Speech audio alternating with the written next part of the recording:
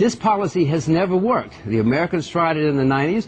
The policies which have worked, let people who make mistakes collapse, let people who are competent take over the assets from the incompetents and start over.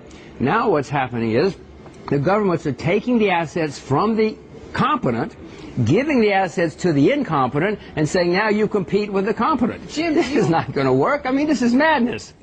The madness started in 1989 when the government set the precedent of bailing out failed institutions. Since then, it has spiraled out of control. Now our government prints trillions to bail out all sorts of private corporations. These companies used excessive leverage to recklessly speculate while paying themselves huge bonuses.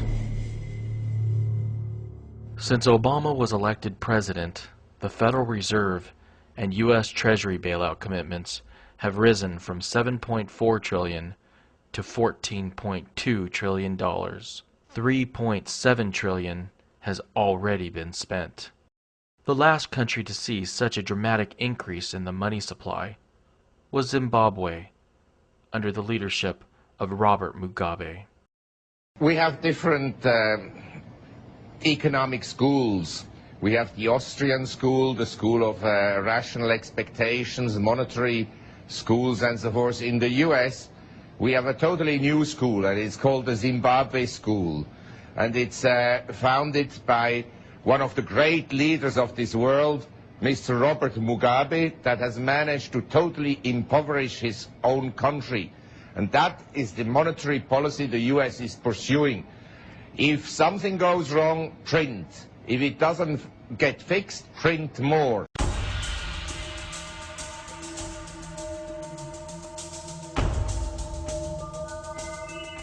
In February of 2006, Robert Mugabe directed the Zimbabwe Reserve Bank to print $20.5 trillion to buy foreign currency to pay off IMF debt.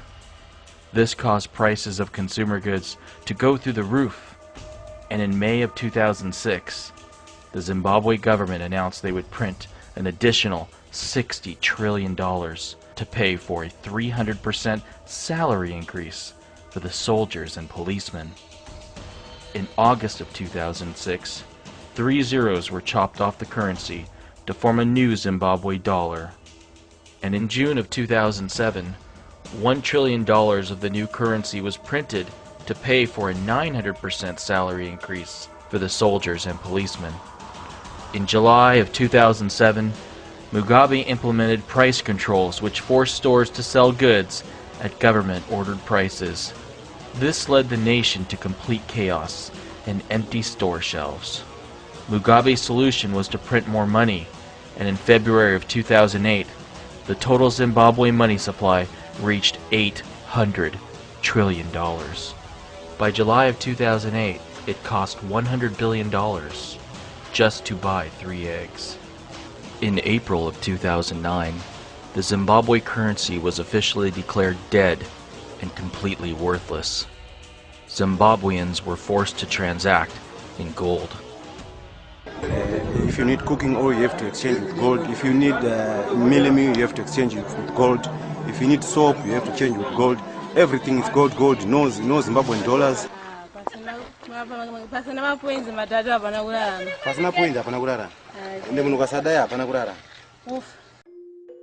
Gold has been universally accepted as real money for thousands of years.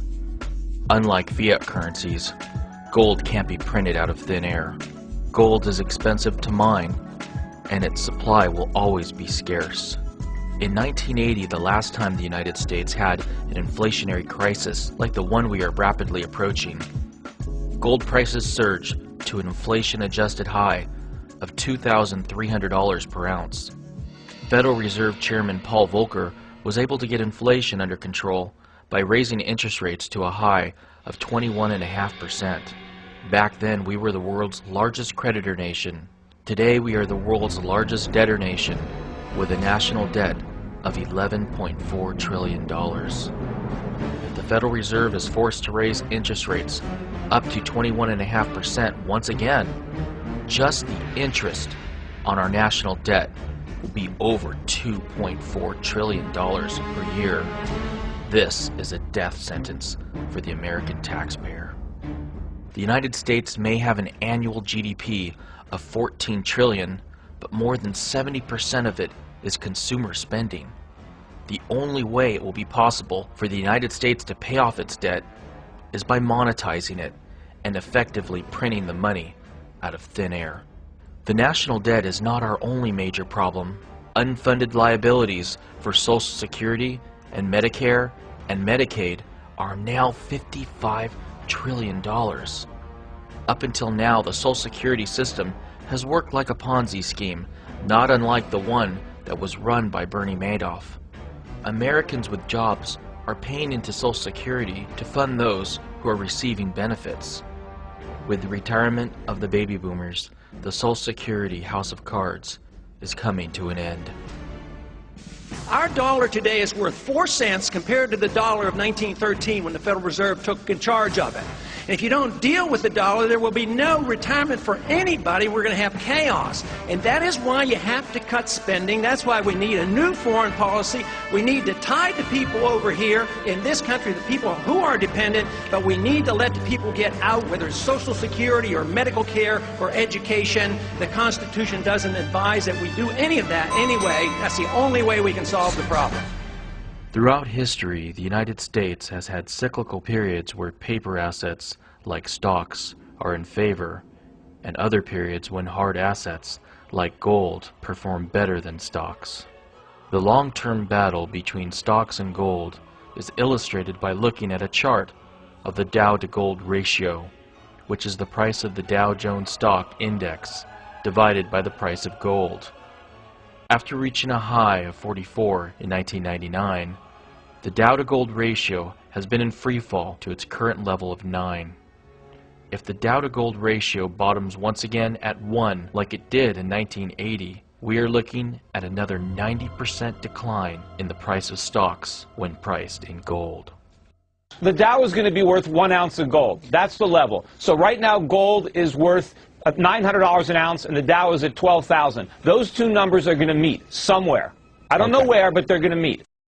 Silver prices have the potential to surge by an even greater percentage than gold. The Coinage Act of 1834 established a gold-to-silver ratio of 16:1, which lasted until silver was demonetized in 1874. The gold-to-silver ratio is currently close to 70, which means silver is receiving almost no monetary premium. During periods of high inflation, the gold-to-silver ratio tends to move back to 16, as it did in 1980. Imagine if the Dow-to-gold ratio returns to 1, and the gold-to-silver ratio returns to 16 at the same time. If the Dow and gold met at the median of their current values, we'd be looking at $4,700 per ounce gold and $294 per ounce silver. That would represent a 2,000% increase in the price of silver from its current level of $14 per ounce.